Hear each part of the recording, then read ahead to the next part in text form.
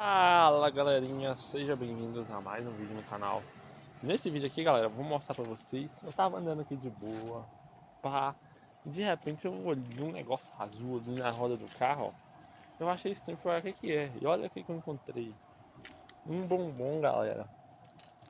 Alguém deixou um bombom aqui na roda do carro. Olha só isso, alguém deixou esse bombom na roda do carro. Um loló, vocês já comeram desse bombom, galera?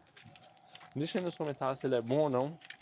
E se eu devo comer esse bombom ou não, que eu encontrei na roda do carro aqui, que provavelmente alguém deixou aqui, né, galera? Estranho, né? Um bombom em cima da roda do carro. Quem é que deixa um bombom em cima da roda do carro assim, galera? Ixi, muito estranho, né, galera? E é isso.